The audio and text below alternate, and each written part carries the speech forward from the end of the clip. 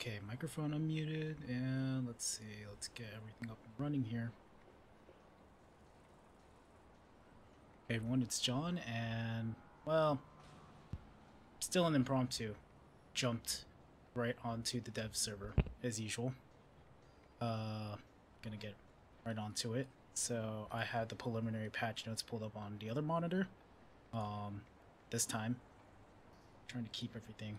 Dear Lord, I have too much shit going on.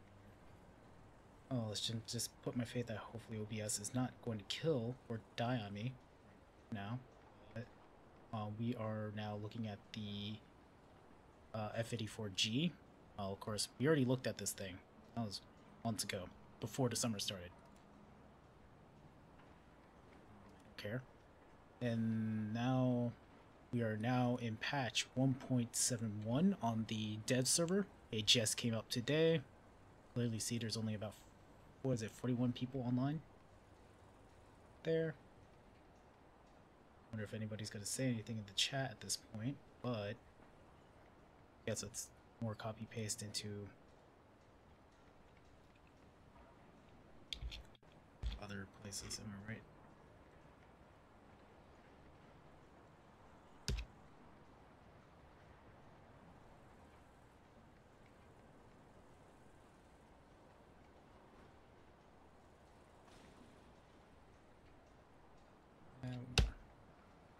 There we go. So let's see. Getting everything here. So last patch was the Italian Air Force, so we've already looked at this. This patch is it's a new era. By that I mean explosive reactive armor. So anybody remember the April Fool's joke? Well, not really April Fool's joke, but you know, the T-90s, Leopards, helicopters, Tier 6. Yeah, that's no longer a joke. As in, what the hell? Tier 6. What did you look at that? Now then, so Tier 6 stuff mainly is more focused on the new tanks, but there are aircraft in this patch and some new interesting vehicles. Though this time I'm going to do a very quick rundown on everything. Hi, Pysham. We're going to run through everything through each country. That probably should pull up the patch notes on a different screen on the laptop next to me, but what? And then let's crack a cold one before getting onto this. Youngling. They brew this stuff right next to the university I go to. It's really good. Okay, with that out of the way, let's start with aviation, and we're going to go from left to right, just like last time. But if I do remember correctly, we might have to skip over Britain and Italy, because I don't think they're getting anything new Air Force-wise through there. So, clicking over to aviation, and grabbing the patch notes again, come here.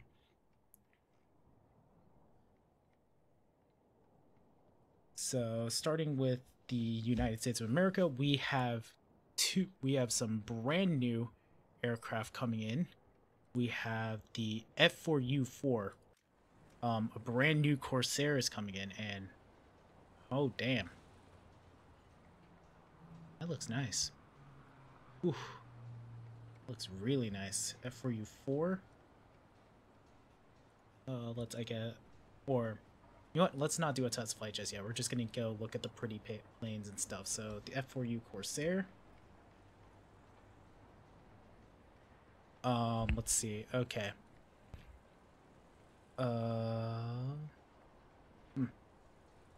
Audio should be fine, all things considered. Probably maybe I just have to sit a little closer to the microphone. But okay, yeah. So F4U Corsair, brand new one. So there's one F4U Corsair, and then we have an F4UB Corsair. And oh boy. So the F4U4 is the fighter variant, and this is definitely the Korean War era ground attacker variant. As you can clearly see, there's a whole lot of munitions racks under the wings, and two 20mm cannons on each wing. Let's get a look at the specifications though very quickly. And if anybody has noticed, the UI has been tidied up quite a bit. It's a little weird, but you know. So here, maximum speed for the F4U4, 412 miles per hour at over 9,000 meters. Decent climb rate, decent American class turn rate. And then F4UB, interestingly enough, is basically the same. Though this thing is supposed to be the ground attacker, all things considered, because it's going to be carrying, yeah, ground attacker, two 500-pound bombs, four 250-pound bombs, 2,000 pounds, 8 HVARs. And then, of course, oh, hi. Another A26 variant, oddly enough. Ah, this is a weird one. Oh, so this is an earlier variant of the A26 with just six 50 calibers. Not as impressive as the one that they gave us last time. Also, it doesn't have the wing-mounted ones. So this one, 332 miles per hour at around 4,500 feet. Meh. There. So 330, 332. Probably placeholder stuff. Here we go. Down on the monitor. So we have F4U, 4B, A26 C got a model update according to the patch notes. Oh, ooh, it looks so shiny and new. And did it get more guns? Oh shit! Did they add two? They added 2 more 50 cals. Did they add 2 more 50 cals? I think they did. Yeah, so it has 8 50 cals now. That's interesting. So we got that one. What the heck? Oh, right. And the XA38 Grizzly. This one, actually, I've been waiting for this one for a while. I'm gonna just do a quick run through on everything. The A26C dubstep, the A26C that one is the one I grinded through for in, like, I think it was like 2 years ago now, for that one summer event. Not Indian Summer, it was the other event. Of course, you either bought a special laptop or you got it through the event, or it's a premium that you can purchase on the PS4, what have you. The A26C that has had a really ugly model, like ancient model, and they only just updated it. I guess they did the update when they were also introducing this newer, earlier variant of the A26B, because there's the B10 and the B50. We will get to the Hornet. I'm running through all the aircraft first, and then we'll do the quick glance at the tank, since I can't test fly everything. Probably going to be a really long impromptu stream, you know.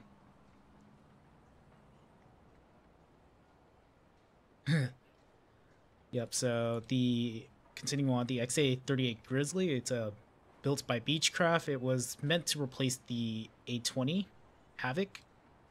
And of course, very obvious feature is the big 75mm cannon in the nose. 250 caliber guns. Really, you probably use that only for, like, basically figure out how close you are to the target or killing, like, AA positions.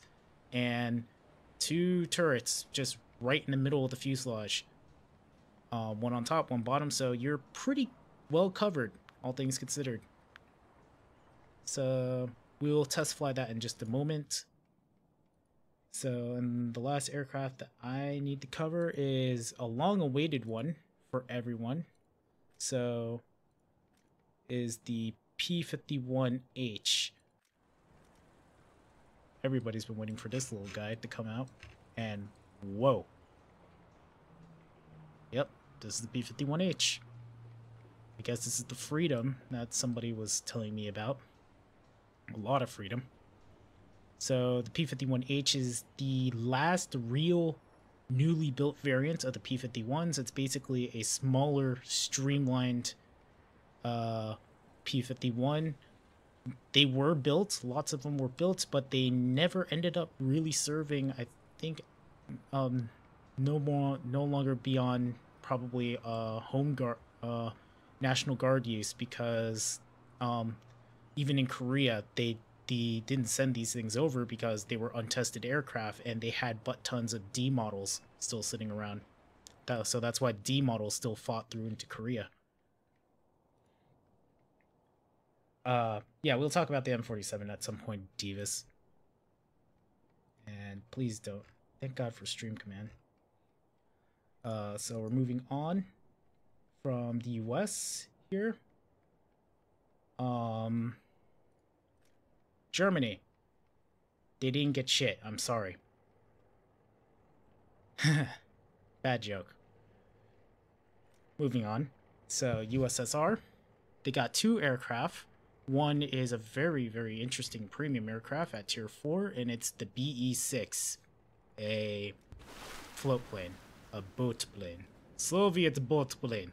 Look at all the bombs built onto this aircraft. Look at giant engines that look like they were ripped off of the Tupolev 4. And of course, they also have a rear-facing 23mm turret, obviously not taken from Tupolev 4 Kappa. And a front-facing single 23mm turret, and a lot of bombs. So let's check out the specs. I totally just ran over and forgot to show the specifications for the P-51H. I'm dumb. Probably should just have it on the screen there. There we go. Why didn't I have that open? Okay, so BE-6 is a battle rating of 5.3, the 320mm cannons. Currently is loaded out with 8 250 kilogram Fab 5 or Fab 250 bombs. What is its maximum payload? Maximum payload is 2 Fab 1500 kilogram bombs. That's interesting. 8 500 kilogram bombs, or 2 torpedoes with a 235 miles per hour for drop speed. Let's see how fast. Yeah, okay. As fast as you can actually drop these torpedoes, that's actually really kind of sad that the plane only goes at about 155 miles per hour. Yeah, so this is definitely an aircraft that,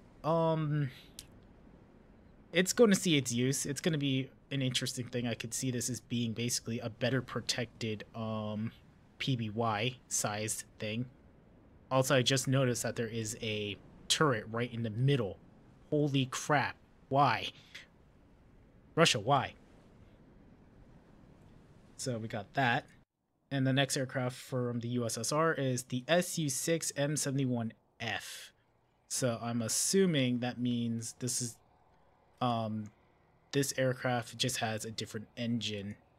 Take it from right. It just has an uprated engine or downrated engine, but let's give it a look anyway. So it's just your Su-6, same thing as the other Su, except it should be a different engine. So this has the M71, 14 cylinder radial, 1800 horsepower with nearly 2000 horsepower on takeoff. And then we got as a comparison, this version of the Su. Or wait, am I looking at the wrong one? Yeah, no, I'm retarded. I'm sorry. I'm fucking retarded. We were looking at the original one that came into the game. This is the one we meant to look at. This one. This one. Oh, look, it's so happy. Look at how happy it is.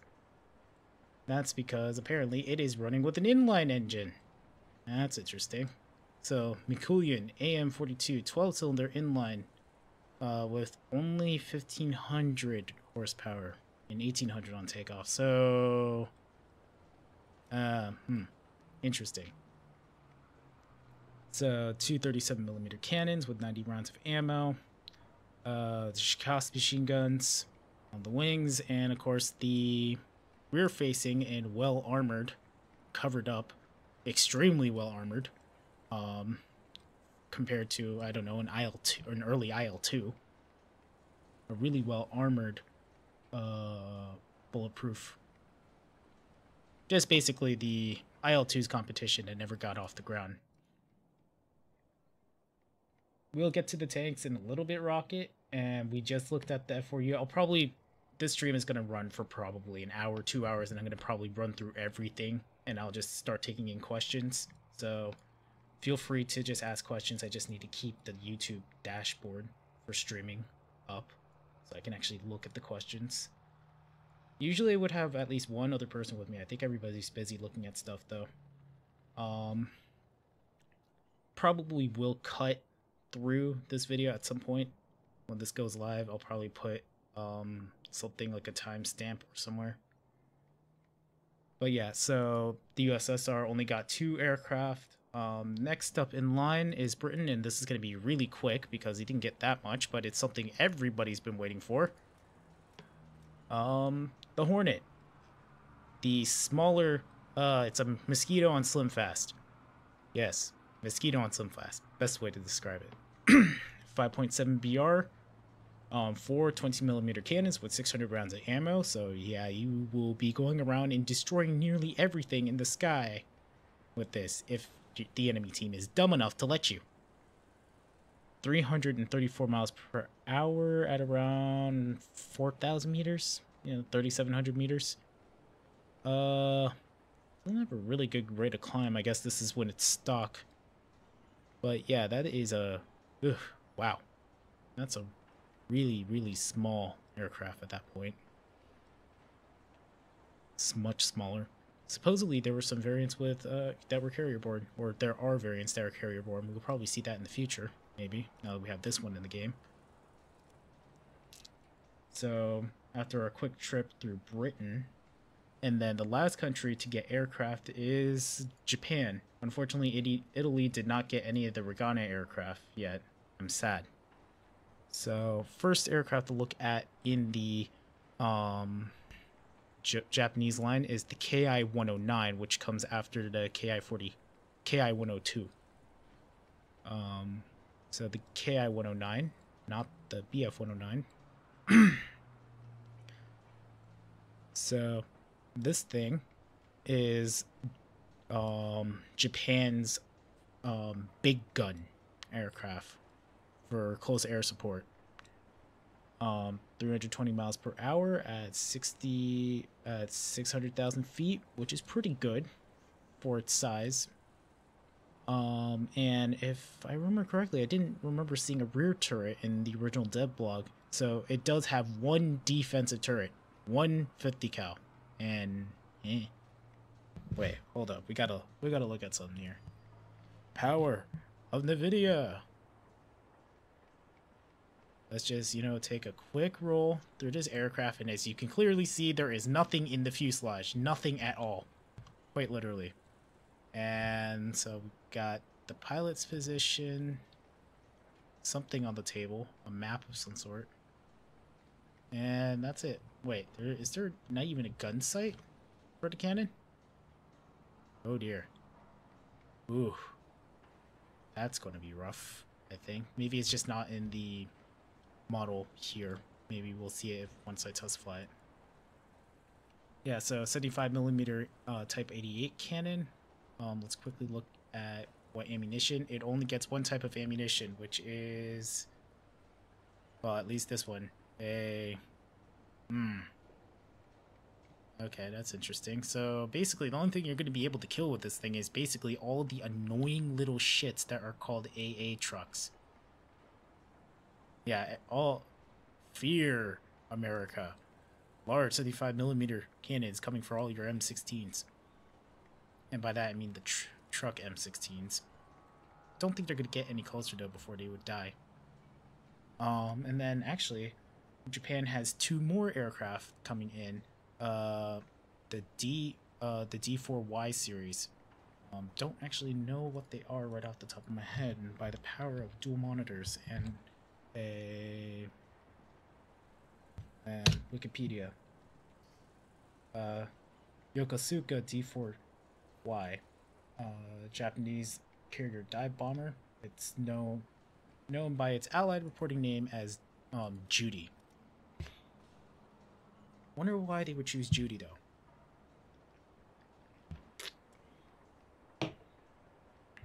So let's look at this thing, and it's a hell of a lot more modern compared to the other dive bombers. So let's see, max speed 337 miles per hour, is equipped with 2 forward-facing 7.7 Type 97 machine guns in the cowling, and 1 rear-facing Type 92 machine gun, which is essentially a Lewis gun, when you really think about it. Absolutely no armor. And, well, that's a giant burning thing. And that's just not one variant, but they have 2 variants.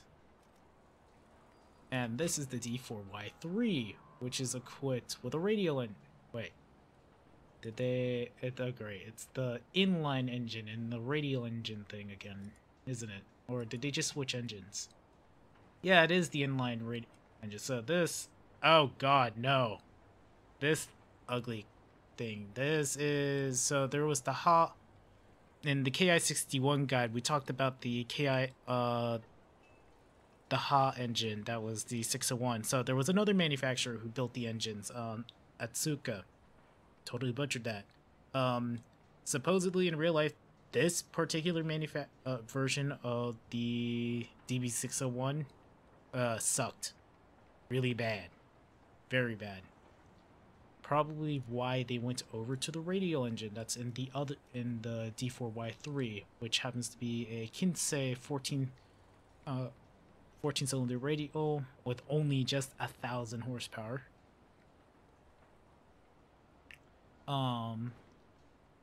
So same forward facing armament, but you do get a reprieve that your rear facing armament is a 13mm. Wait, what? The hell? Once again, the Germans just giving Japan shit, lots of shit, and all of you people have come back. And yeah, Kiwi, I wish you could be here. Oh, they can have first-person view? Yep. We'll check that out in a moment, I guess. So that is, I think, all of the aircraft that's in this patch, which is a little measly. So mainly, USA got a huge buffer of aircraft, all things considered. 2 new variants of the Corsair and the P-51H. And now let's move on to the thing that everybody's been I guess everybody's waiting for, are the tanks. Though I'm doing just a quick gloss through. Probably the guy who does the great Scrub Lord himself many miles away is gonna jump right. He will probably do a stream later. I don't know. But let's move on. So again, we're going to start with the USA, and we're going to start with the T114. Wait, what? What? A Tier 5 Premium? What is this madness? Kind of figured at this point, if we're going to have Tier 6, that means we can actually have a Tier 5 Premium. So the T114 is based off the M114 AP Armored Personnel Carrier, APC. And essentially they just stuck a big recoilless rifle onto it. M40A1C with only 26 rounds of ammo. It has a battle rating of 6.7. IS-6s, beware. So, armor-wise, nothing. You basically will die. A fucking Pockwagon will kill you. Okay, a lot of things. There's a lot of things the Pockwagon can kill, but still, I think you get the point. You might get away from getting hit by heavy machine guns, but yeah, you are essentially just a one-shot kill. And yeah, very much a one-shot kill. There's only 2 guys in this thing, and it is powered by a measly 142 horsepower engine, though that 142 horsepower can drive this thing to around 35 miles per hour. The one interesting thing about this tank, as I know it from the newly things I've researched, it does have a 3-round autoloader. So yeah, that's the autoloading magazine. It can be you can fire off 3 rounds in succession, so before reloading. So that's going to be pretty interesting. And it's a relatively short vehicle for its type. So you're just basically going to be running around hiding in bushes and saying, "Surprise, motherfucker." Yep. So yeah, it kind of looks weird. I've never heard of this vehicle until now, doesn't it? It kind of looks like the turret almost kind of reminds me of something from Halo. All things considered. But I digress. So after that, we have, of course, our brand new or newer vehicles. So anybody who was wanting to go for the Sheridan, you have something in front of it, which is the bad news. The good news, I guess, for some people is it's the M50 Ontos.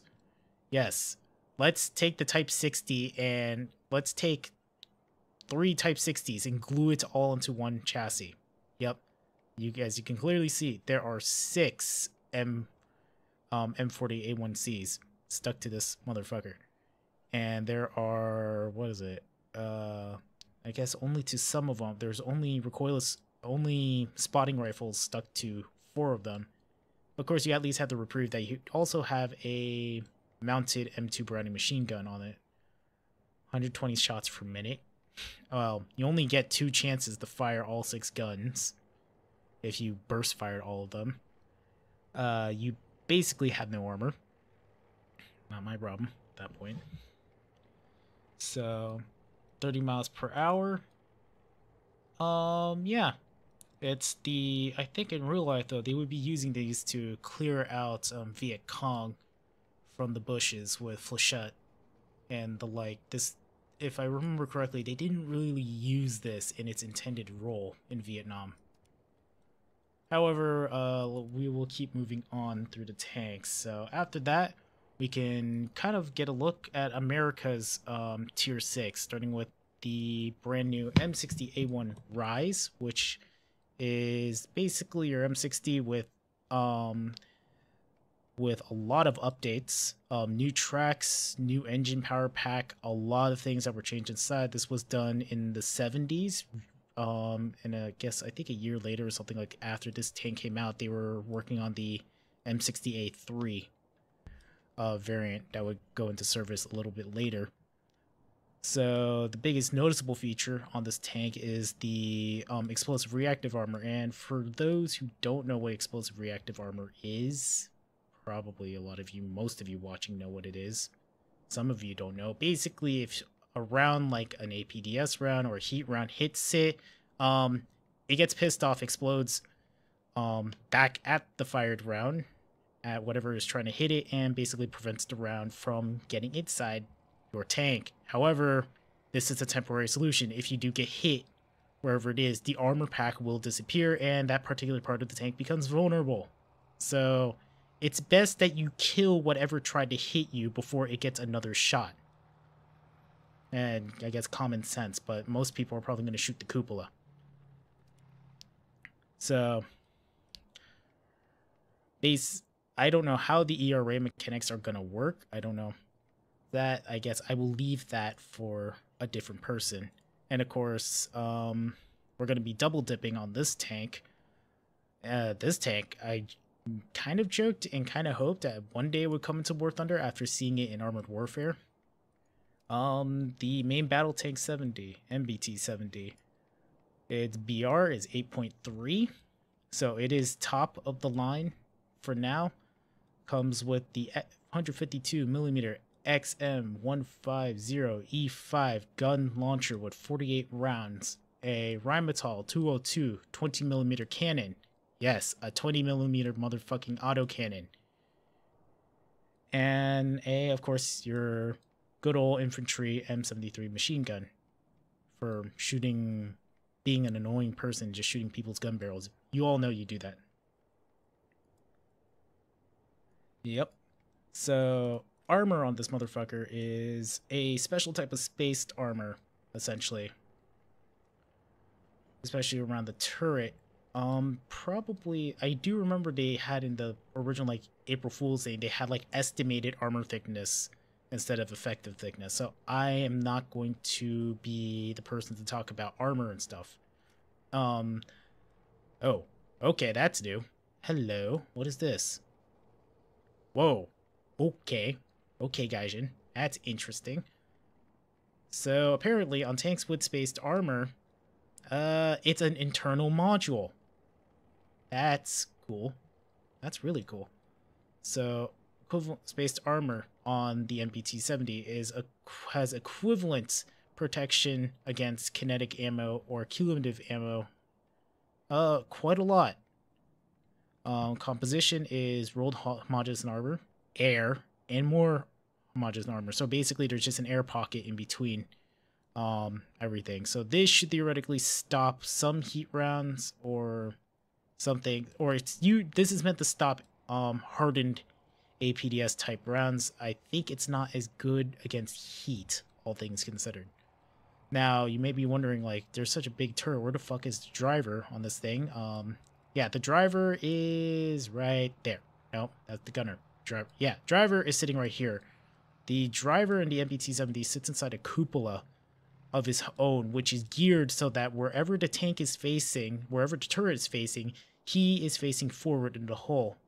However compact and protected this was, a lot of drivers did complain that they were absolutely fucking disoriented by this arrangement. So, this is the US MBT-70, of course. And of course, this will lead us into the next country, which is Germany. And Germany gets two vehicles, both of which we kind of just talked about, but the other one that's even more interesting, which comes after the Nashorn. Yes, Nashorn. The Waffenträger. More correctly, the Krupp-Steyr Waffenträger. So 88mm KWK-43 cannon. And basically it is a tractor with a big ass gun on it. Can't really say much, can I? Obviously no armor. It is crewed with 4 crew members. So the commander sitting in what would be, I guess, the radio operator's seat. Driver, gunner, loader, and then your big ass gun. And you have no defensive machine gun at all, which is sad. So big boy, probably take it out for a test drive in a little bit when we just test drive everything together. Waffle tractor. Yep. In the morning, Gaijin is making waffles.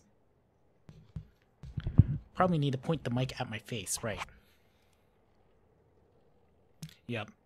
Kind of bad. And of course, we were just talking about that tank for tier 6 with Germany after the Maus, because, you know, really everybody who already has a Maus. We have the Kampfpanzer 70, which is actually slightly different than the US version. So same gun, same everything. I think, oh, they switched out the machine gun for their own MG3A1 if I'm, oh, wait. Let me confirm that because I'm slightly retarded. Yeah, they have their own machine gun, and if I'm correct, there's also a difference. There's a lot of internal differences. I was discussing this with some other people.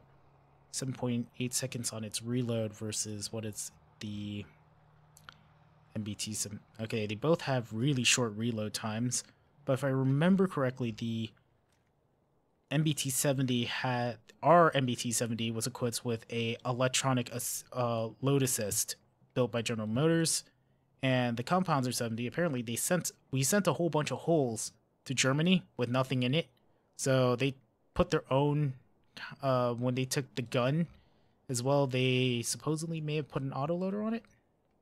I don't know, but I think as it is, loader, commander, gunner, driver. Wasn't there a loader in the other guy? Probably just really dumb at this point. Yeah, this is what I get for doing impromptu stuff. Yeah, both tanks are basically the same, though if I remember correctly, they might also have different engines as well. 1305 horsepower at 2800 RPM.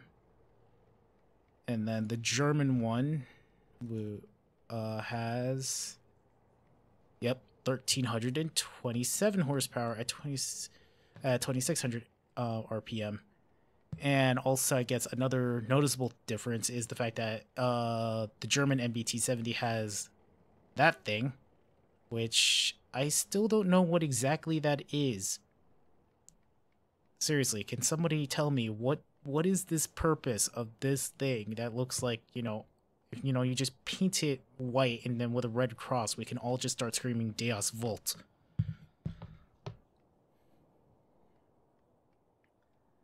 Yep. So, and then of course it has 12 smoke launchers. IRL. Autoloader to Germany. Yep, yeah, we didn't want to give our autoloader.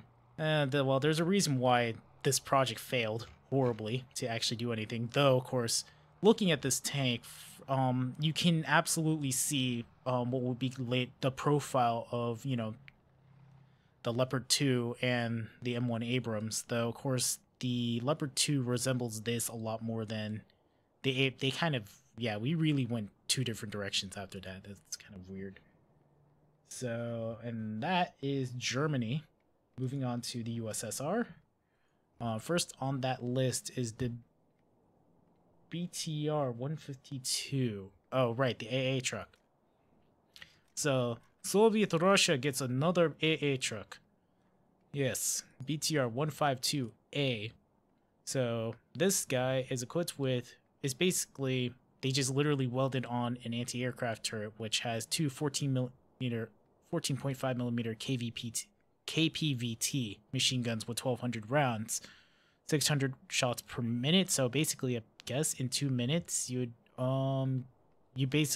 have 2 minutes worth of fire time. I guess 10-second reload, 52 miles per hour. That's actually pretty fast, all things considered. Just enough to fend off some pesky other tanks, rifle caliber machine guns, but obviously, anything that hits you with a large ass HE round, you're probably just gonna get hole broken. That's a sad day. Oh. We'll come back to that German M47. I guess we will take a quick detour back to Alsti Front and remember to look at the M47 very quickly, because nobody cares about AA trucks. M-Panzer M47. So it's an M47 with smoke launchers, I guess. I am not very good with post-war usage of some of our own tanks. Clearly, I'm the tank guy. So, Ammo Rise gets a heat shell. M304 shot, M332 A1 shot. Whew. That has a lot more penetration, but has a rangefinder, smoke shells, and smoke grenades. So basically, it's an M4. It is the West German Panzer M47s that they used. That were given to them by us. If I remember correctly, the M47 was kind of a, oh shit, we don't have tanks, we need more tanks thing that happened in the US during the Korean War, and then we just surplused the crap all of these because not enough of them, the war kind of ended before these things could get out there. What is it? The World of Tanks Chieftain did a series of videos on this tank. Estimated cost on M47.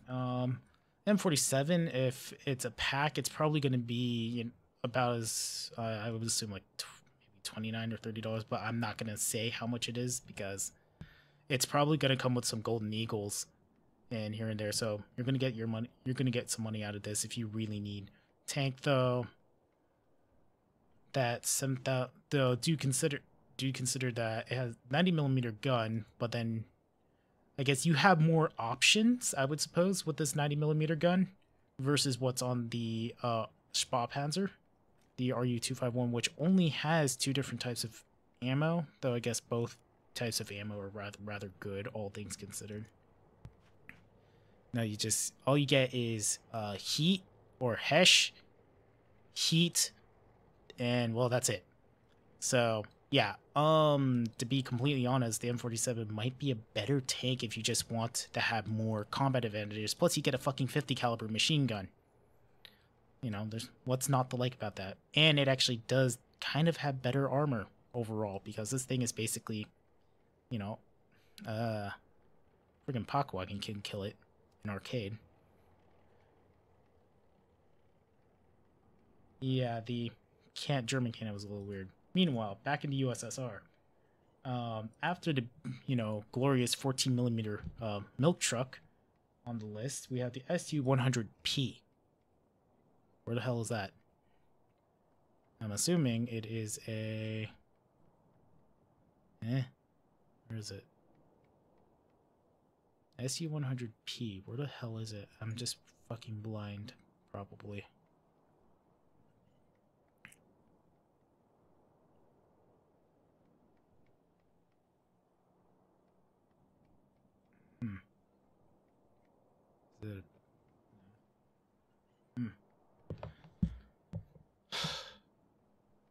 SU-100P, where the hell is that on this list? I'm probably blind as all fuck and I'm looking like a retard. If I figure out where it is, I'll look at it, but let's see. On this list, there is the BMP, but the one interesting vehicle that just wasn't talked about. This giant, holy Jesus fucking Christ, look at that gun. What the fuck is that?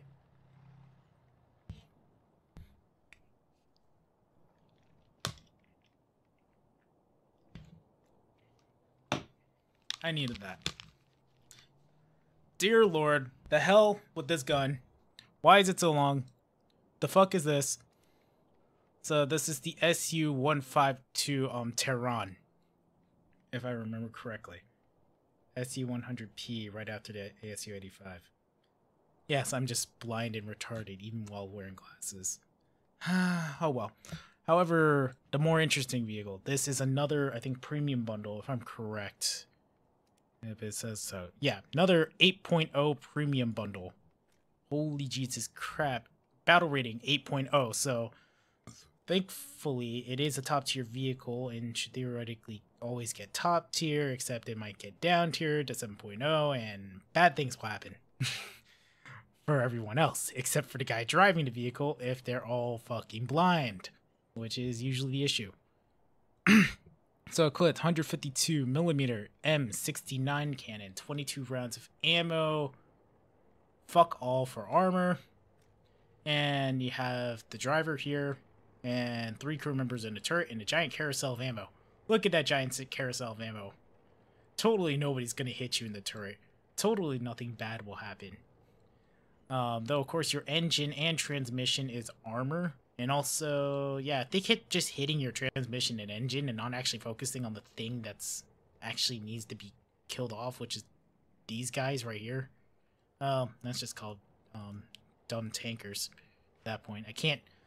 I can't fix stupid, nor can Miles. It's your own fault if you fuck up really badly. So, and speaking of ammo, 152mm Heat FS round, 480mm of penetration all the way across the board onto a 90-degree angle surface, and then of course in the worst case scenario, 239mm of armor penetration. Of course, no 152mm gun would be complete without a HE round, 49mm of penetration, so basically anything you fire at it, just like any other 152mm cannon, will probably fuck its day up. And of course, you also have a 152mm APDS FS round with a maximum 400mm penetration, 90-degree angle at 100 meters distance. And of course, it is a premium as well. But seriously, I thought the original gun, I've heard that the original gun on the 10.5cm Tiger was ridiculous. Okay, they just went back to being absolutely fucking ridiculous. It is the length of the tank, if not longer than the actual tank. What the hell? Russia, why? Again. I don't know what's worse. The stupid stupid little, what is it? The stupid little fucking, SU-51 with the little vodka drawer of ammo.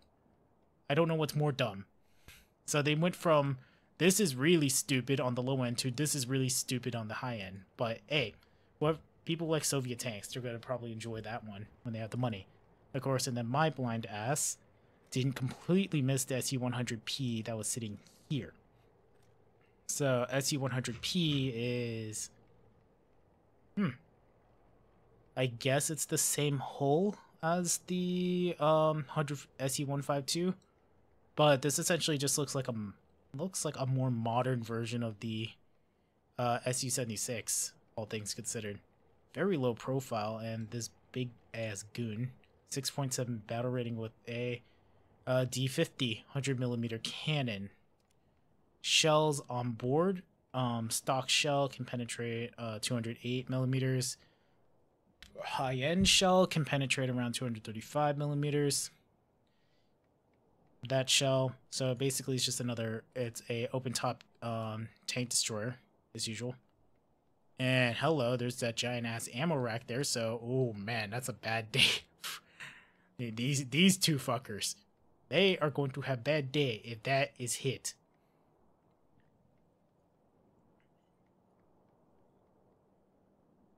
Yep. So that is the SU-100P, and then of course, after that, tier 6 for the Soviet Union. They start off with the 1971 variant of the T-64A.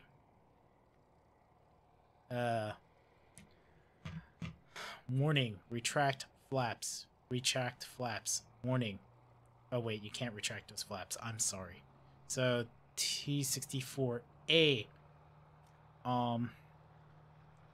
has composite, I'm assuming, okay, yeah, it also has composite armor. So this one has composite armor, effective against up to, I guess, 300mm. Composition is rolled homogeneous armor, textilite, and more rolled homogeneous armor. Same thing in the turret, which, well, not the same thing. It actually has homogeneous armor at there, then high hardness rolled armor, and then cast homogeneous armor again. So basically, different types of steel that will do different things when impacted. It also, you have the big 125mm cannon, 37 rounds, and a very noob unfriendly configuration. Basically, the fastest way to punish a noob in a high tier tank is in a T-64 is to just shoot them right in the side, right there in the hole, just right there. Just plant the highest penetrating shell, maybe an APHE shell from a POC wagon. Yep, POC wagon, kill all the T-64s. Put something right there, and then the tank will probably be sent to Kingdom Come, because it's kind of like the T-90 that was in the April Fools. Anybody running around Leopard who shot the lower hull of that thing would go right through and blow the turret right off. Well, so Soviet Russia and America are going to go at it, and of course, I guess on the back of the tank, that's the snorkel. The big green thing is the snorkel, and then of course the traditional Soviet log for getting yourself off of high center or anything. If the tank doesn't have the log, you're going to have to go find one. I'm sorry. And I think, no, of course. And then next up is the BMP-1, also another thing that was, I think, in Armored Warfare as well. Yep, Armored Warfare is dead for the most part. So this, wow, it's a lot bigger than I would imagine.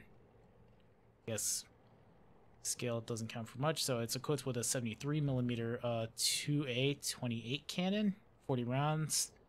It has 4 ATGMs, which loads from the little hatch right there, and there is a full loading animation for it. the most armor you have is around the actual turret mantelet, but otherwise you kind of don't have that much armor. However, interesting. The front part, some of it is, I guess, interesting. Alloy ABT 101. I guess aluminum of some sort. There. So you basically don't have armor, and this is an IFV, an infantry fighting vehicle. So this guy here, fuel tank, another fuel tank. Obviously there is no infantry in the vehicle since this is not an infantry game. We are now on to driver, commander, and gunner. They're the gunner's pretty spaced apart away from everybody else, so I guess you would probably be able to get some shooting done before somebody tries to kill you. But otherwise, it's a lightly armored vehicle, and you'd really want to just try to flank and spank people. Did I mention it was amphibious? No. Yeah, it is amphibious. Though I could imagine if you get this thing hold down and all they can see is just the top of you, there's going to be a lot of really pissed off players. They're going to just go, ricochet, ricochet, ricochet, ricochet. Sad. And I think I covered everything. And Object 120, BMP, yeah, we covered everything here. Moving on to Britain, which actually does get some stuff this time around. First thing in the line for Britain is another armored car. Oh, how cute. Armored car with a 2-pounder gun on it. Unfortunately, I don't think it's going to come with the Little John adapter. I don't know. The Daimler AC Mark II, though, of course, Daimler Britain has nothing to do with Daimler Benz in Germany, so. But maybe nothing to do. I think it's something about names and stuff being licensed. I need to look that up. Of course, really no real armor, but you are kind of fast, 50 miles per hour. Looks a little rusty. Probably that red oxide paint. 3 crew members. Oh, Jesus Christ, they are cramped in there. Driver, commander. I think the commander, yeah, the commander's shoulders are grinding against the... God, this tank is so small. Why is it, or this armored car is very tiny. But yeah, you have a 2-pounder gun. So basically, this is the non-AA variant of the Daimler. So I guess we can start recreating more battles. More battles and things accurately. F-102 in the tank destroyer line. Oh, that's the striker. We'll get to that. Oh yeah, and British are also here in tier 6. Surprise, surprise. Fucking Chieftain Mark 10. Hello, Chieftain Mark 10. It is the Chieftain Mark 10. And you can just... I'm just gonna leave it here and let you guys bask in it. Just look at it. Just look at it. And then put the specs on screen. So 120mm BLTK 11 cannon. Top speed of 26 miles per hour. So Castamonges armor. So the Chieftain Mark 10. I don't exactly remember what's more special about the Chieftain Mark 10. I guess it has the additional turret armor. Yeah, more turret armor, I suppose. Maybe more turret armor. I did the planes earlier. I'm probably just gonna keep running through this. I'm gonna actually do some test flying. Right there. Wait, why is the same person? Yeah, I'm distracted. So Chieftain Mark 10. So they are in tier 6 as well. 8.3 battle rating, so it's the top tier British tank.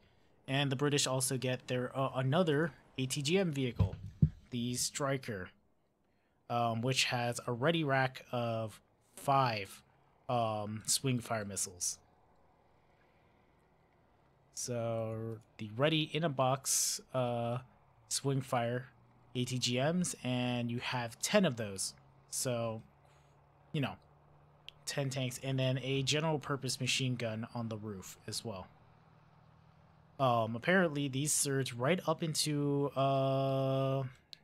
2005, and in 2003 in Iraq, one of these guys fired their swing fire and managed to kill an Iraqi T-55. So, it actually did something, I guess. And then last but not least, we are going to go to Japan, which they get a new high tier premium. And for some Japanese tankers, are probably crying right now because it's premium. But on the other hand, it is the Hori prototype. Holy shit. It is so ugly.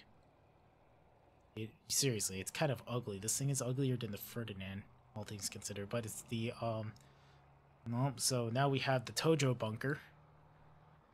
With a 105 experimental high velocity cannon. Apparently they couldn't find an actual name. I guess that's the actual name? Sometimes I'm thinking Gaijin's making up some names for these things because when they can't find source material. So, butt tons of armor in the front. So, wait, is that all? Okay, so 150 millimeter, 150, and 120 at a battle rating of 6.0. 176 millimeter on the hull, and some random things on the top. Of course, yeah.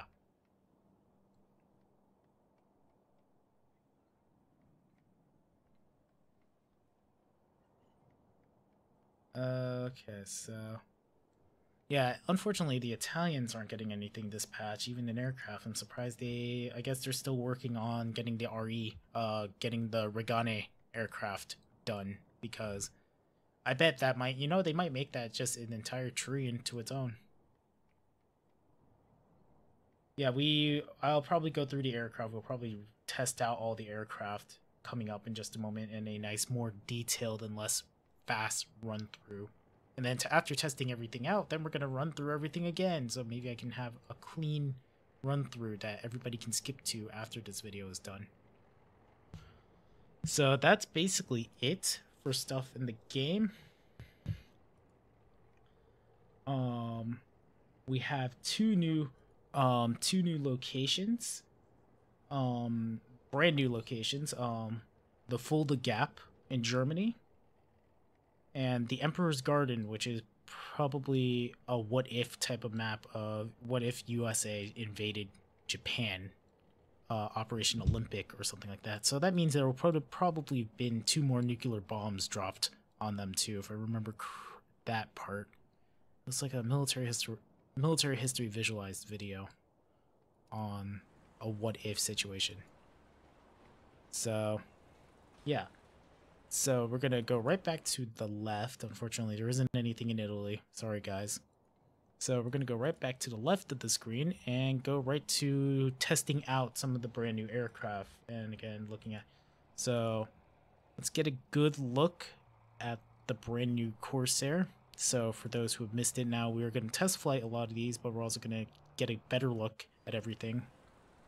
So, oh, whoops. Wrong F4U. That's not the F4U I wanted. There we go. This is the F4U we wanted. This is the F4U4 for everyone. 650 caliber machine guns. The newest F4U, a very nice looking F4U, and then let's take it for a spin.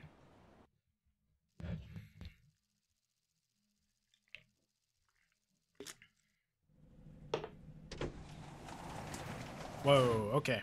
Right in the cockpit. Brand new cockpit. Holy shit, all that detail. Look at that. Look at all that. Looks nice. Really nice. And I guess the reticle is right on your front shield. Ooh. It's a nice looking plane. Set flaps. Whoa! Holy shit, those flaps. What the hell? Glitch? Gaijin glitch. That don't look right. That doesn't look right. I highly doubt that the flaps pop out like that.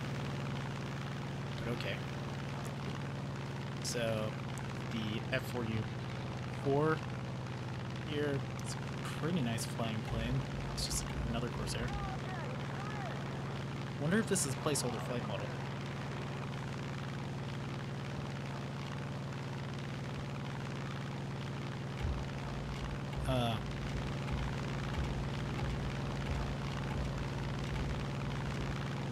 That is really weird. No, okay, no air brakes, so F4U feels pretty nice. 650 cals.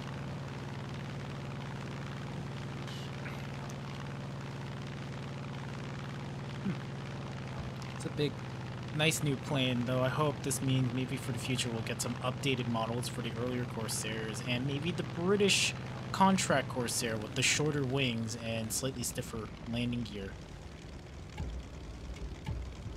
So, and of course, let's watch John Mann attempt to actually carrier land. Let's use a ballistic air brake. Always use the ballistic air brake when in doubt. It's taking a while for these machine guns to jam. Okay, we're coming in for landing. Ooh, this is gonna be bad. Oh, oh, Jesus.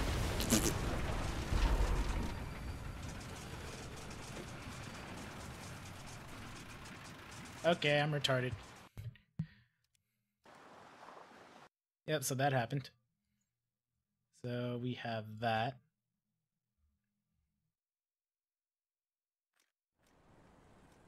So that was the first F4U4. And then, of course, we have the F4U4B. Gets bomber. Or secondary variant, F4U4... No, not... Well, it is technically has bombs, but still. So, basically...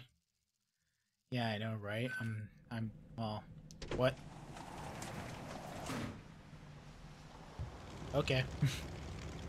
Apparently I'm missing some assets, or assets are not available.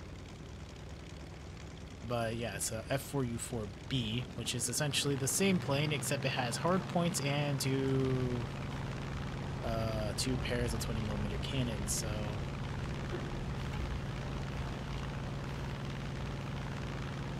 Okay, yeah, that's definitely a bug.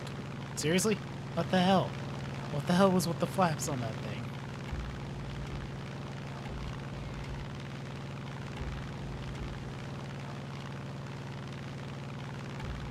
So it's essentially a Corsair with the 20mm cannons, though these are A&M2 cannons that are for Americans. It's not that great, though of course in the game they're actually really good. If I'm correct, this is the bombing ground attack variant. So if you're playing US tanks and you need something that's fast and carries a lot of bombs, yeah, take this guy out. He has a lot of bombs, has 20mm cannons. Deal with those pesky milk trucks. Ground. Maybe let's see. Attempt number 2, I try to actually carrier land. You know, it's a lot easier to land something like a Firefly than a Corsair.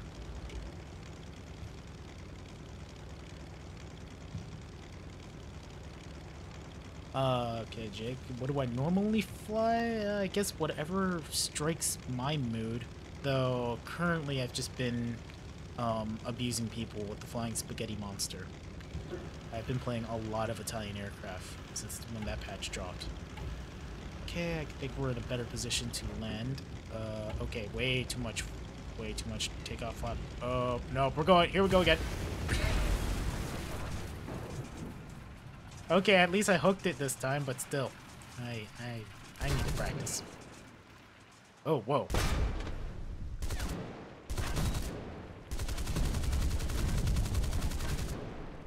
That ricochet sound.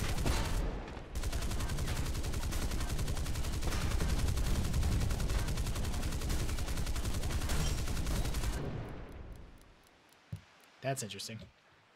Totally do not mind the men on the deck. I was firing blanks. Okay, so after the Corsair, get to some land-based aircraft now. The newest P-51 in the game now, the P-51H. Yeah. 6 Browning 50 caliber guns with 8 rounds, 437 miles per hour at 7,000 meters. So this, and a really, really bad rate of climb. Stock, I suppose. So this guy here. Let's give it a shot.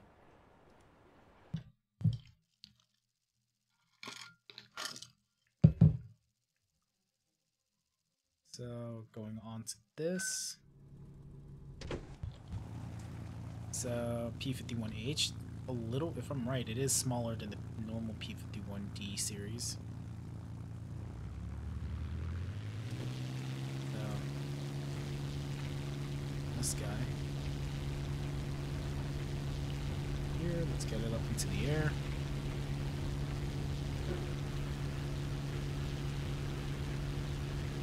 Really cool. It's a really nice looking plane though.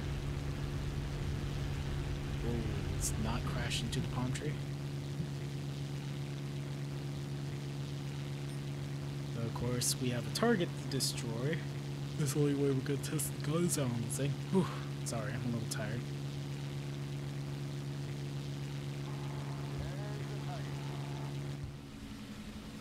Yep, target's there. Big old reflector sight. Nice, close and fast. Building up a lot of speed on wet.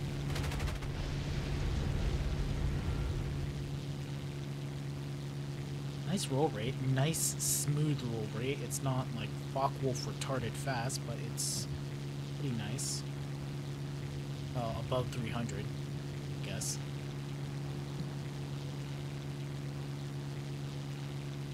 It's a pretty nice flying plane here we have.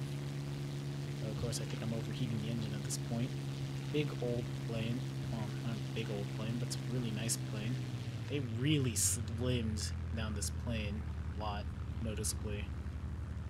Taller tail fin, it's a bit more stable. Yeah, more stability.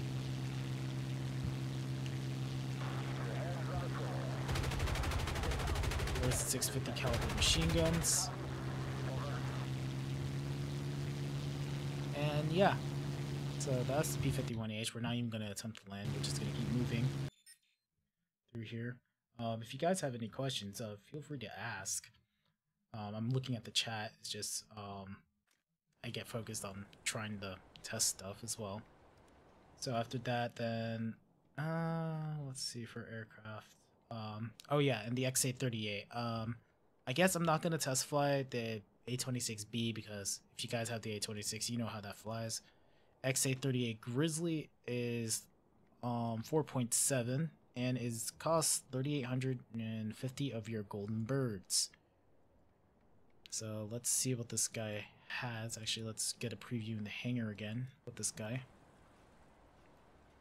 So this guy with X-ray has the T-15E1 cannon, has the top and bottom mounted turrets, the rear gunner who just basically points the automatic turrets in the direction he wants to go and shoots, and then you have 2 more 50 cals on the front end.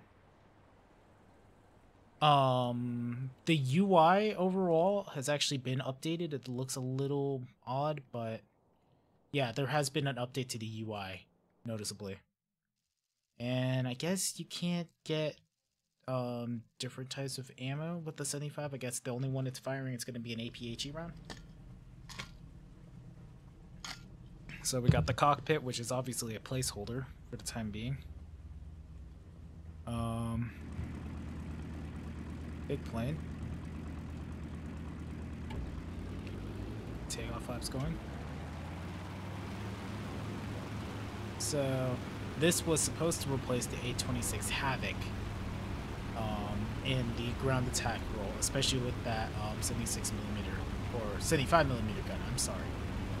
It also does have hard points to carry bombs, and when the 2 prototypes that went into service, off the top of my head, they were serviced and tested by Army Air Force personnel, and they were actually very, very happy with it. It actually met all expectations and exceeded expectations in terms of top speed. In real life, aircraft. The Grizzly was built by the Beechcraft Company, which is more known for their civilian aircraft than they are military nowadays. So, of course, this thing is capable of killing tanks. So big gun. Oh, that would have been cool if I actually hit that thing at that distance. Fire again. Hey, there we go. 250 caliber guns. And what about first person turret view? Somebody said something about first person turret view. Does that... Why does this plane have a windshield wiper? Eh? What? Okay, interesting. Apparently, if you're flying in bad weather, you have a windshield wiper. Don't know what the practical application of a windshield wiper is at, 267 miles per hour. That, but okay. So, yeah, overall, you have really good coverage.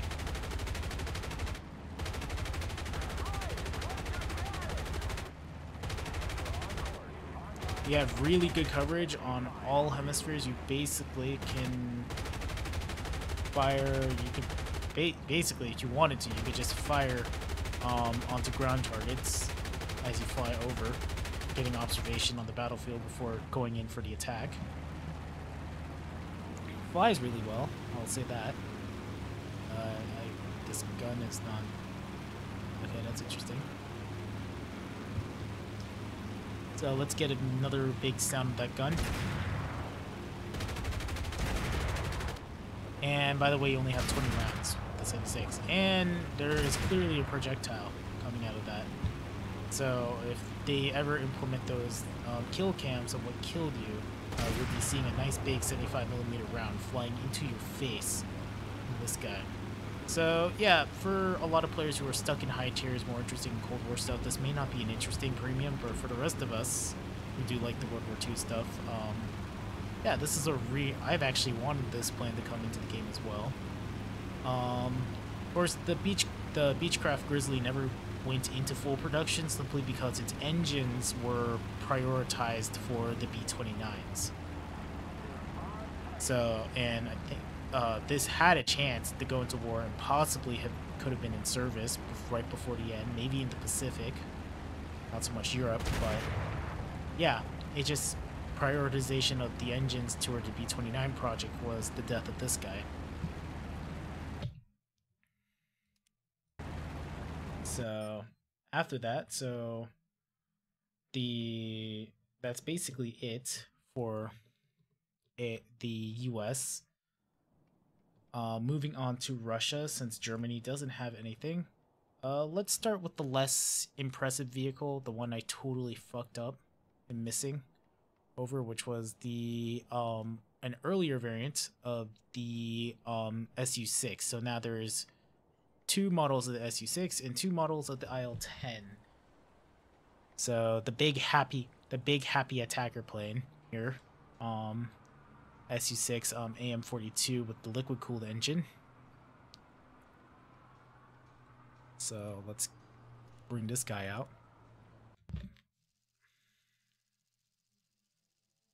Try the tail gunner on the Su-6. Let's see. Whoa, okay, that's what you meant.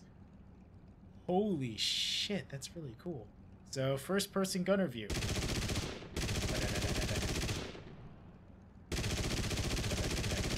Wait. And that house right there is Rasputin. Okay, we're done with that. So, Su-6 with an inline engine. It is a very happy Russian. Okay. Of course, aircraft sights were never meant to be precision sights. They're just meant to point in that direction, hope to God you hit the guy. Back at that time, at least. Of course, this guy. Whoa, okay. So, okay. In the cockpit, wow. This cockpit looks a little cramped, wouldn't you think? This guy's arm is literally right against the hatch opening. There. Actually, I'm surprised that the gun sight is elevated enough over the giant intake that's on the front of this gun, or on the front of this plane. So it's basically, I guess, a more streamlined looking SU6, but of course, you know, they, as usual, like with a lot of other nations, engine, I don't think, don't know if this engine was either out of production or they just didn't want to use it, so then they went to a radial engine instead, and then, you know, the IL-2 just kind of like, eh. Oh, for fuck's sake! Fucking hit marker. So, let's see, what does this actually look like? We just push up and down, page up, page down. Up and down, up and down. Oh, what? Okay, I started the engine.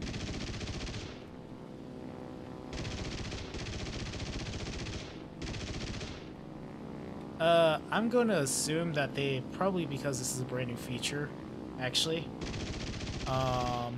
this thing is not gonna be as, probably the view of the first person sight is not as good as it is. Otherwise, I'm probably just not reading this thing right. So that's the big ol', so this is the brand new SU series, and 2 fridge launchers. You know, honestly, 2 is better than 1. So hunting bombers with this is fairly easy.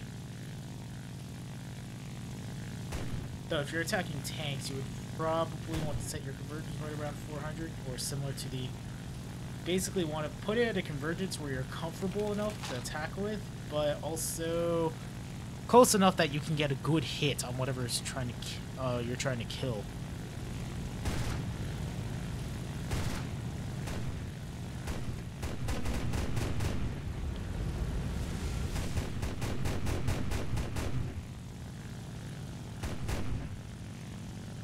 Though I would say I would probably be using this more for bomber hunting, all things considered. Just go double tap every bomber I find. So that's the SU6, and now we're gonna go look at the BE6, the glorious Russian boat plane, comrade. Duh. And Italy does not get anything, unfortunately, this patch. I was talking about it a little bit earlier. Sad. Apparently they have too much pasta already.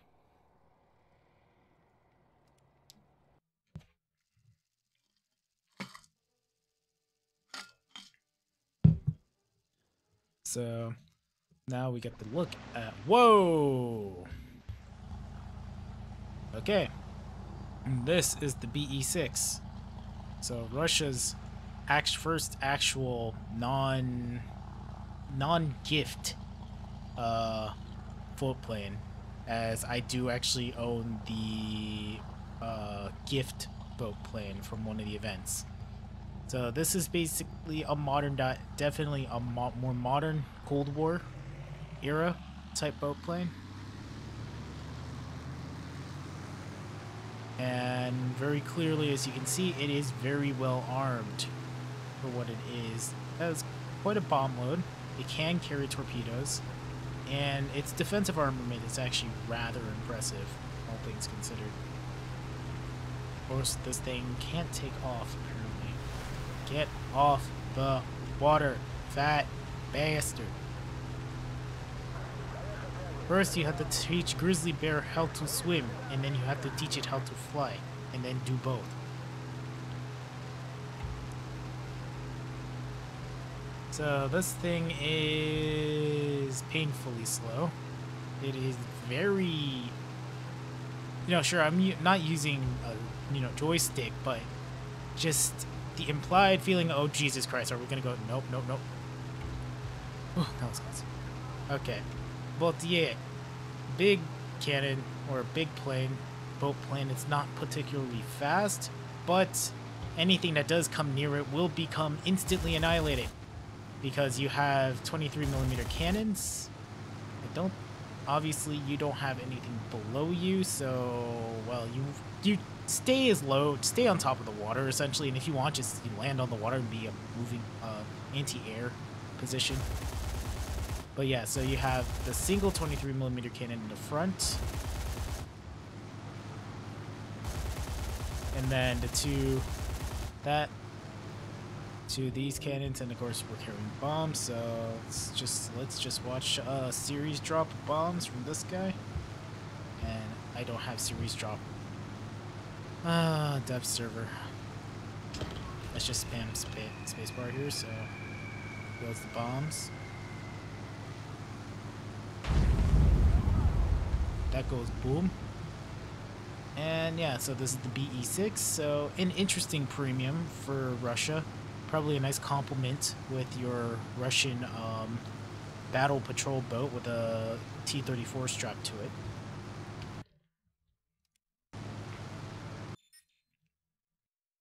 So after that, we are going to move on right into next country for aircraft, Britain, the Hornet Mark III.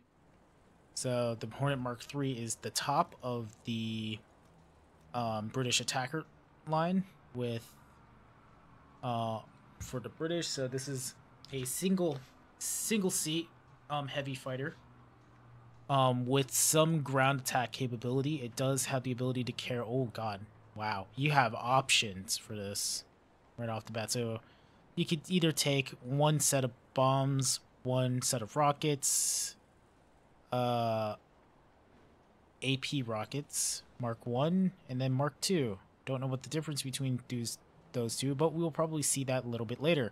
And of course, if you're really going for close air support, you know, much to the dismay of the enemy ground force tankers, you can carry combination armament. So you can carry up to your top end load is 2 1,000-pound rockets, or 1,000-pound rockets. Bigger than tank torpedoes on that BT-5.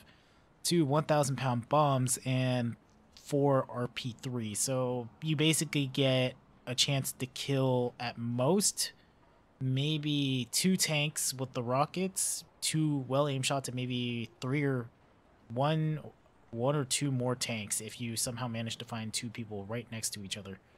But I personally might fly this more as a heavy fighter than a actual close air support, though the ability to have close air support in this thing is actually really nice anyway, especially with 600 rounds of cannon ammo.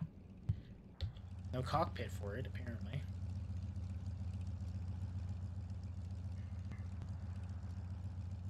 It's a really, now I think of it, it's kind of a weird looking plane. It's such a short nose. For it to think that this is all made of wood, too. Probably from Canada. Get this sucker right into the air. So 2 big 4-bladed props, really slim aero fuselage, especially since because we're only carrying one guy and he has one job. 4 Mark V Hispanos, as usual. I think they're Mark Vs.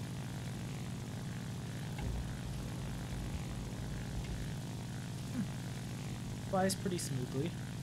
A little heavy. It's definitely heavy, but rolls on its own without needing rudder assistance, so that's nice. At least above this speed, probably slower than this. It's probably gonna struggle.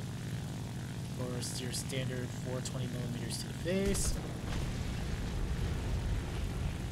That boy didn't even see that coming. Bzz, bzz, get fucked. So. That guy. Can I just break off the last one? Why does it always just 3 of the flaps, not all of them? Okay, so definitely don't use the flaps in combat. Not a plane to be doing that with.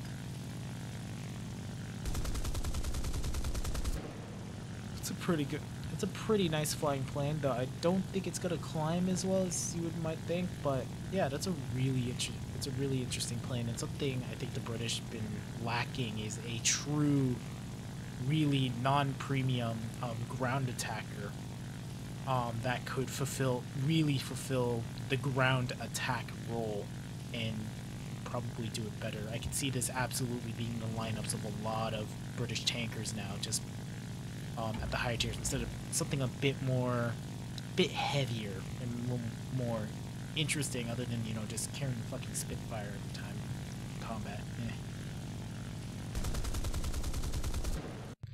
So, and then that was the only thing we had for the British. And then, of course, we end this little test flying session with the Japanese. So we're going to take a look at Japan's big gun. Yes, bigger than the Ki-102, the Ki-109, which, unlike the Bomber 109, unlike the Bomber 109, doesn't carry a bomb load. Like a Tiger Cat, but better. Yeah, we'll probably be able to, we'll see. Tiger Cat is pretty good. Honestly, I'd imagine that the Tiger Cat's actually better. I do have the I do have the F7F3. And if anybody's wondering, I only got 3 of the 4 vehicles from the summer event. I wasn't really interested in the AAT-34. All I really cared about was the Pockwagon and both of the aircraft. So I am John Man 94 in game flying the KI-94. So this big honker. So we had the Ki-97s, if I'm right, Ki-97? Yeah, or the bomber variants in game, and now this is the Ki-109, which is just a big plane, bomber plane that no longer can carry bombs, but instead just dedicated all of its time to carry a big 75mm cannon, 76? Okay, it just has a really big gun on it. So, let's see. And this is the only gun you get, so... Let's see. Aim and fire. Overshoot. Fire. Overshoot.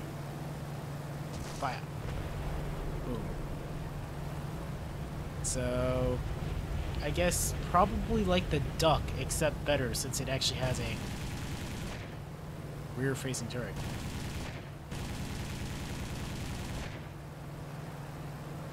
So you do legitimately have a chance to kill somebody. Something of a chance, I don't know. Yeah, no, you're probably not gonna have a good day.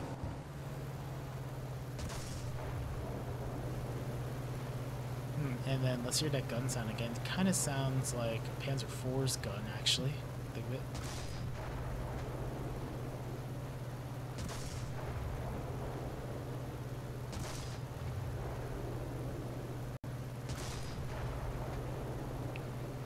See, let's how much speed does this thing lose, and okay, not much since it's such a big plane. Yeah, so that's the Ki-109, the brand new big boy attacker plane. Okay, we're an hour and a half into this stream, and less people are looking at it. Sad. Or Chinu too, yeah. Okay, so now moving on to our brand new dive bombers.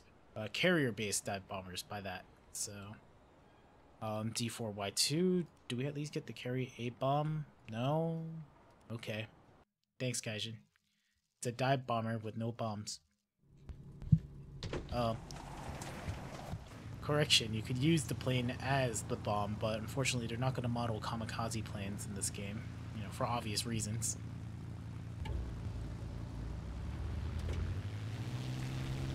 Let's get this guy off the deck. Yep. So this version is, I guess, I don't know, what you could probably compare this more to. This thing could be more compared to maybe one of the, this thing is more like, I guess, a Fairly Firefly or the Fairly Barracuda or something in that nature. Inline engine naval bomber of some sort.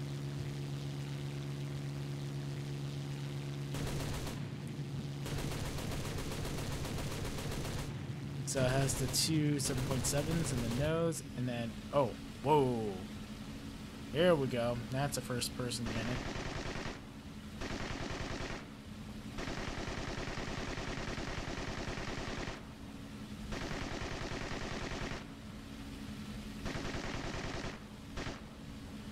Yeah, they're probably, I can notice that the gun sight doesn't seem to be following where you want to shoot. Especially if you're playing like Sim or something and you actually need, the gunner actually has to look through the sight, not just kind of through there. It's a little odd. There's a dive plane. Has air brakes. Underwing air brakes.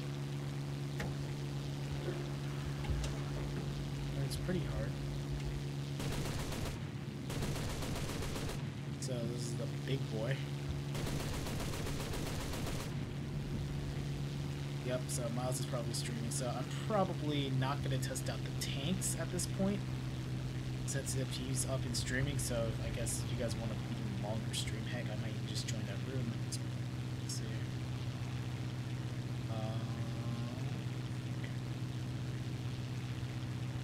Nope, he's offline, Discord, but heck, I might just see what he's up to later, though. I guess for now, I'm gonna do one more quick run through of everything in the patch, a bit more proper, and people can just skip to this point in the video.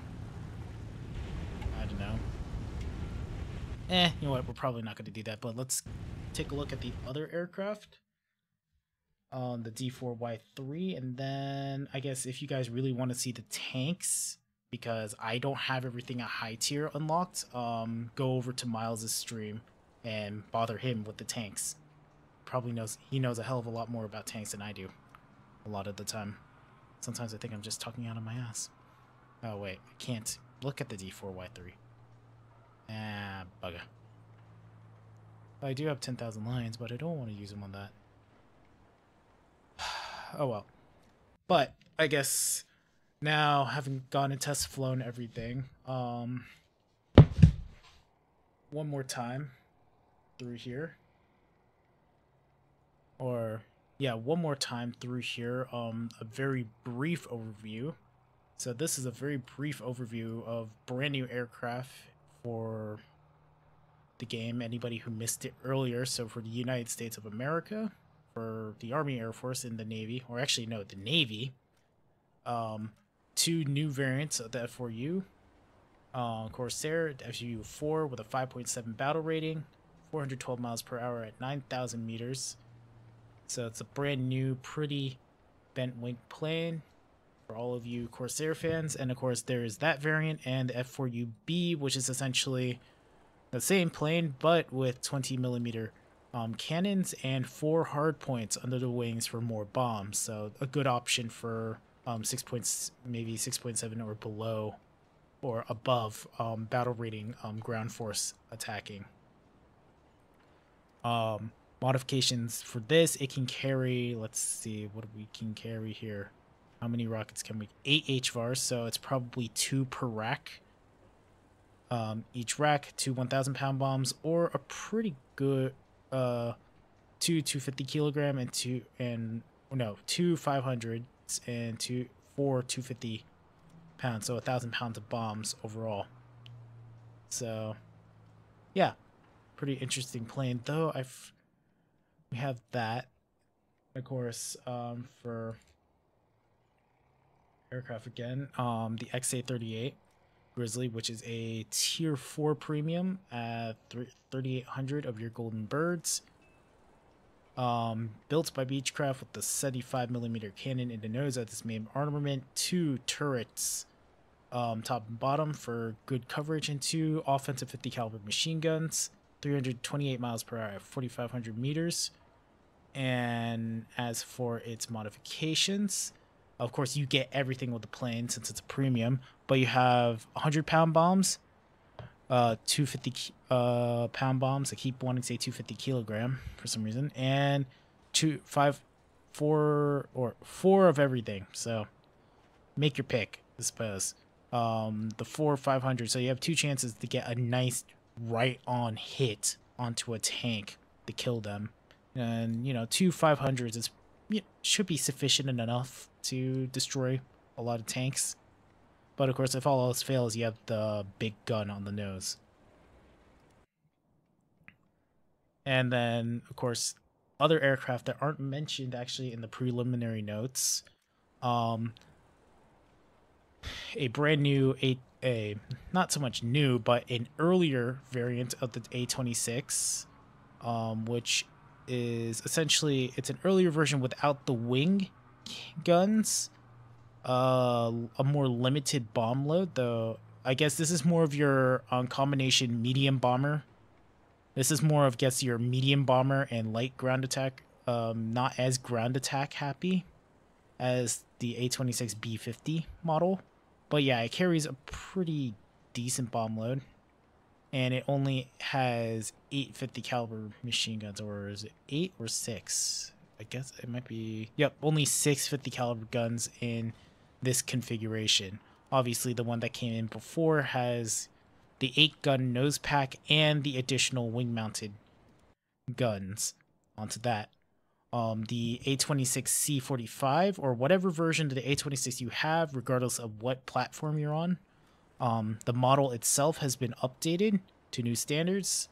So, brand new, pretty machine with brand new, pretty updated machine. Of course, if you have not done the events for this aircraft, you obviously don't have it, but it's finally nice to see that the A26 has a brand new updated model, and it looks a lot nicer in the game now compared to the current model, because the current model looks like puke. At one point in time, there was the armor on it said wood. It literally just said it was made of wood. And like, what?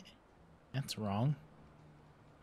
So there's this pretty model, but otherwise that's nothing new. Moving on to Germany. Oh wait, Germany doesn't have anything. The USSR, as we've already just looked at, if you were watching the entire stream, but in this cut off portion, I might separate off for later, or am going to.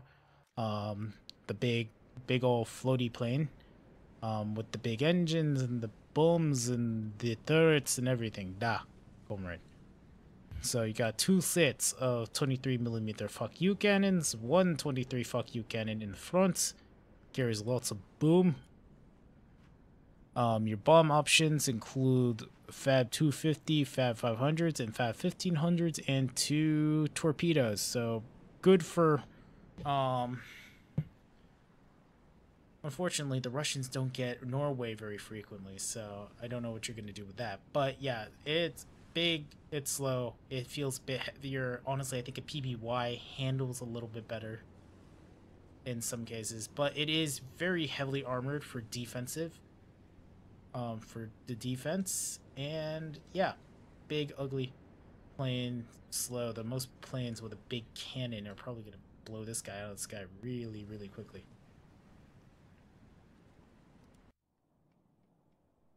So, finishing up this run through with the USSR, with the Su-6 AM-42, which is just an earlier variant with an inline engine. Happy plane.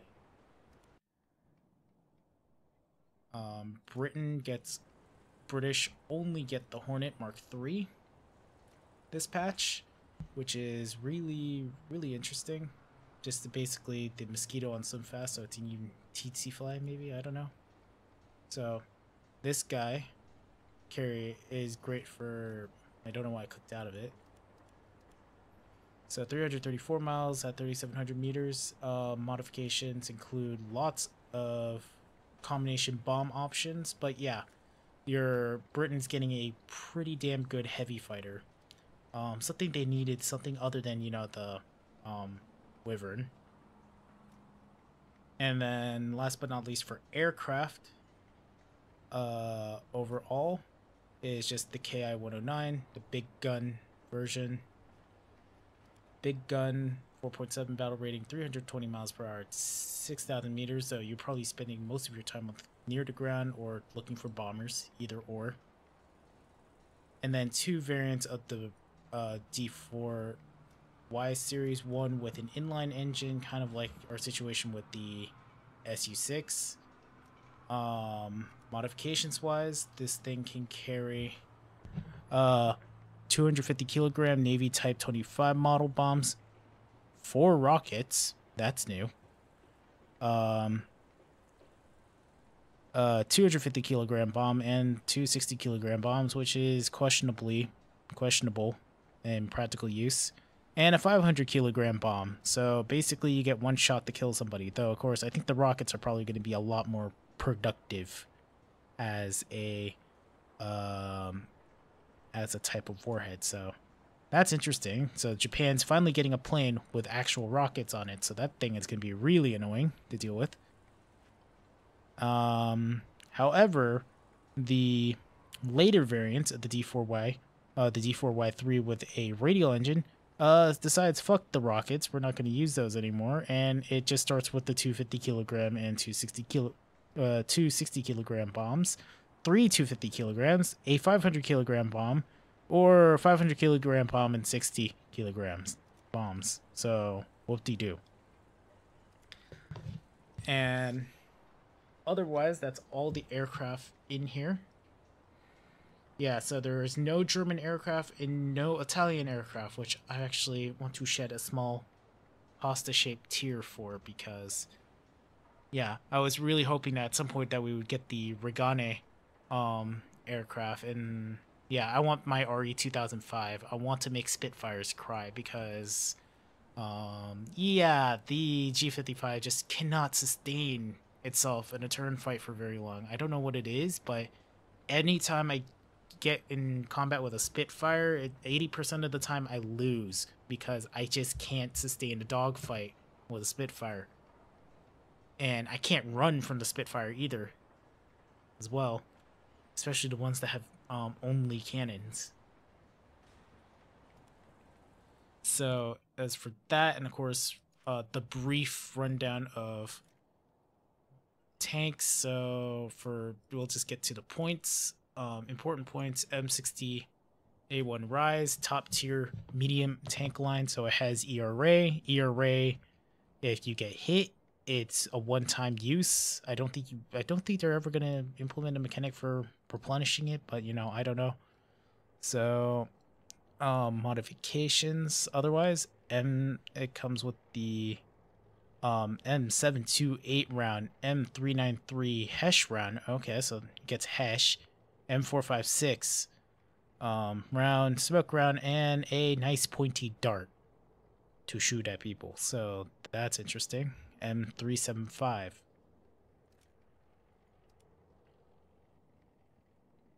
The MG buffs, Jake? Yeah. Yeah, 50 caliber buff. That hurts people. It's really been good when they buffed the MGs, especially when they reworked the Bredas, because the Italians are actually kind of strong at low tiers with those Bredas. They may not be the fastest firing things, but they can absolutely tear apart a lot of other aircraft.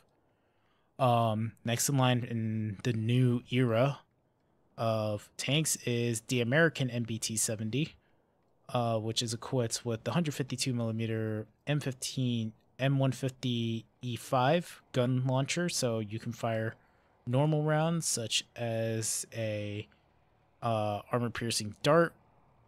You have a heat round, standard heat round, not heat FS, unfortunately. But really, do you really need heat FS when you can penetrate 354mm of armor? Giant smoke shell, and of course the Chalet missile, the MGM-61C. So that's going to be really interesting for what it can do. Big tank, big fast tank, I suppose, and it comes with a 20mm autocannon as a turret. So you have that to play with. After that, for the US tanks, of course, since tier 5 is no longer top tier, we can now have tier 5 premiums, and the tier 5 premium is the T114, which is just a M114 armored personnel carrier with a recoilless gun. Yeah. Well, let's get this guy a test drive. Oh, you know what? We're not going to test drive. I'm just going to make the run through. So the T14, 8,020 of your golden birds. So that's quite a bit. Germany has what we've all seen, the Kruppsteier Waffenträger, really silly looking thing. Probably has full 360 turret traverse, I would hope so. Tractor with a Pack 88 on it, and just toss some bushes onto that guy and just hide. I wouldn't be running around trying to main battle tank everything in this guy, but yeah, Kruppsteier Waffle Tractor.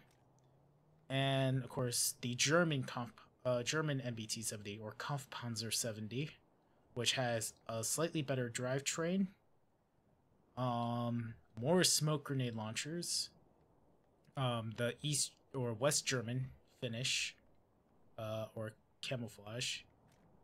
Here, modifications. So basically the same loadout. So there isn't really that much of a difference between the two. I could be told otherwise, but not the best with tanks. So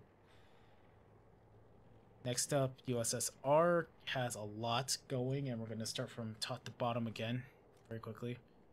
Oh, and keep forgetting because they don't mark it on there. And of course, the M47, the German premium M47 patent for the German, so West German patent. So they have this. Then does that mean next patch they're going to be giving them East German, like I don't know, a fucking T-34-85 as a premium?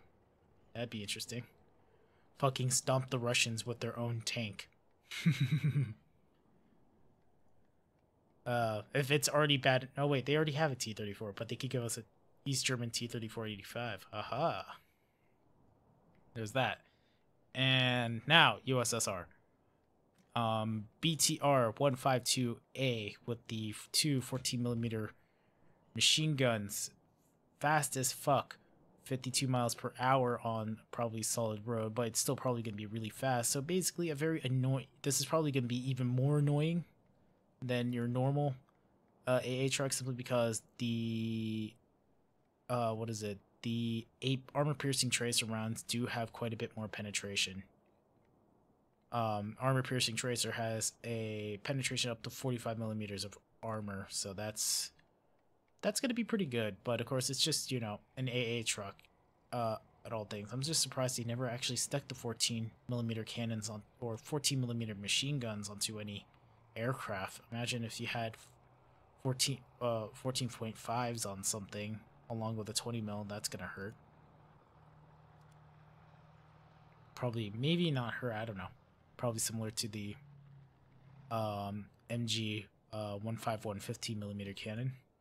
So after that, we have in the tank line after the ASU 85, before the Object 906, is the SU 100P, which is essentially a bigger. It's an SU 76 except slightly more modern, and it comes with a 100mm cannon. Though I don't think it's the same one that's on our T-54s. Battle rating of 6.7, can reach the top speed of 40 miles per hour. Clearly no armor at all, and all your ammo in a nice big rack behind everybody, of which if it gets hit, that crew is gonna have a significant emotional event. Not a good day. So with that tank out of the way there, of course, in that line, also beginning of tier 6 here, is the BMP-1 infantry fighting vehicle. Really weird looking thing. It is amphibious, has a probably a really trolly front plate, so a lot of projectiles might just ricochet off because, you know, it's really well angled. Or 3 crew members, 1 gunner in the turret, and then the commander and driver. Fuel tanks on the back of the tank. You know, fuel is armor in Soviet doctrine. Fuel tank in between, and then of course it's an infantry fighting vehicle, so if there were infantry, they would be in the compartments in between. We could probably look at that, actually. Now that I think of it, let's get that a quick look. Use NVIDIA. Whack. Let's see. Oh yeah. Hey, look, there's chairs and shit in here. That's cool. That. So this guy is equipped with the 73mm 2A28 cannon, 4 ATGMs, and a PKT machine gun. And 40 miles per hour, and it is amphibious. So yeah, sneak around and suddenly send missiles from the sea. After that is the new Russian top tier T-64A, 125mm cannon. These, I guess, anti-heat flaps, I suppose, so when the tank is angling itself, I guess the idea is that if you're angling yourself, you have these panels here so that if you get hit with a heat round, that the heat round will just dissipate on one of those panels instead of your actual side armor. But, you know, that's questionable in this game. 38 miles per hour. And, of course, all the ammo's in a nice big carousel. And you also have the composite armor as well. So composite armor is a module instead of actually being a part of the actual hard armor on the outside. And then last but not least with the Russians, okay, you thought the Waffenträger was stupid. Yeah, this stupid bastard of a tank. This is Object 120, otherwise known as SU-152 Tehran. Appears to be the same chassis as SU-100P, I suppose. I guess it is the same chassis, but instead of open hull, they put a turret on it with a giant-ass cannon, though literally a giant-ass cannon, 152mm M69 cannon. Lots of ammo. It is probably going to be a maybe a $30 or $40 pack because it is a bundle piece. And of course, a really thinly armored turret with 3 crew members in it, and well, you know, all the ammo is stored in the rear of the vehicle. So unless you somehow manage to shoot through one of the guys and hit the ammo with something, I don't know. Oh, that's possible. Enough, yeah. So this guy, another vehicle that just kind of wants to sit in the back and just go hello to you. It kind of looks like they just welded 2 152mm barrels together. It's really weird, honestly. God, I'm need more beer. That's better. So for British tanks here, so we got the first on that list for the British tanks is the Daimler-Benz, or no, Daimler AC armored car Mark II with the 2-pounder gun. Cute little thing for reserve tier, and got the driver, commander there. They're all cramped together in this tiny, the tiny mobile with the tiny pea shooter. Maybe they could add a Little John adapter in the future, but you know, there isn't a Little John adapter for this thing right now. For British tier 6, all hail the Chieftain Mark 10. So a pretty damn modern tank with the 120mm rifled cannon, because the British just want to be, you know, the British, and they want to have everything rifled.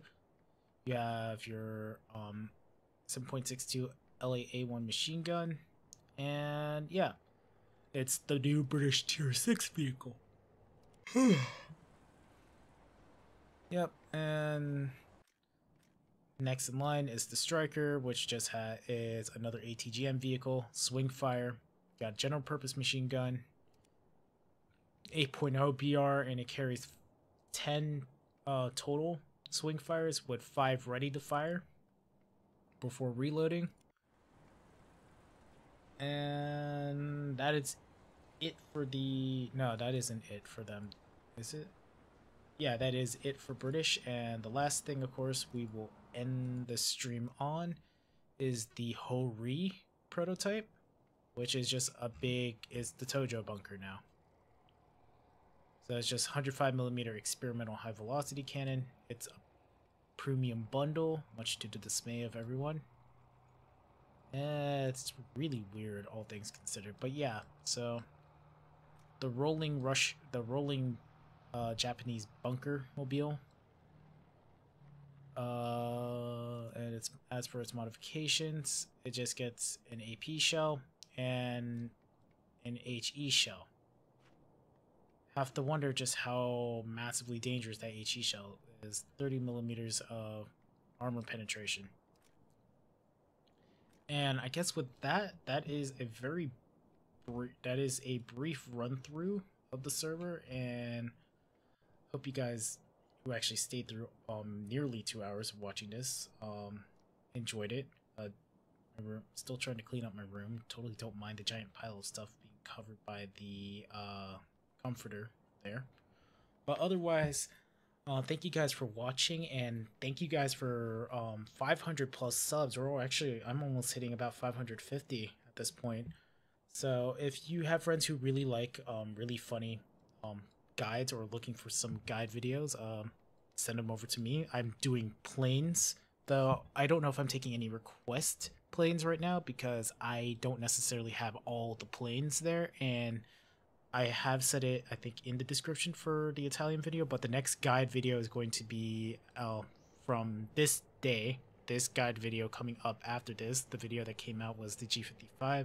Next guide video is going to be the ME262. So if you guys want to help me for replays, you can send me replays with an ME262. Just make sure your plane doesn't have any weird, unsightly decals. You know, nothing obnoxious, but, you know, do whatever you want in the replay, but it just has to be good. Get some kills, maybe a funny death, maybe go after, you know, I don't know, go after high tier jet players with your 262s with the rocket boosters on it. But yeah, I will have something about 500 subs. I'm gonna have like kind of, I guess, a blog video coming out, something of something.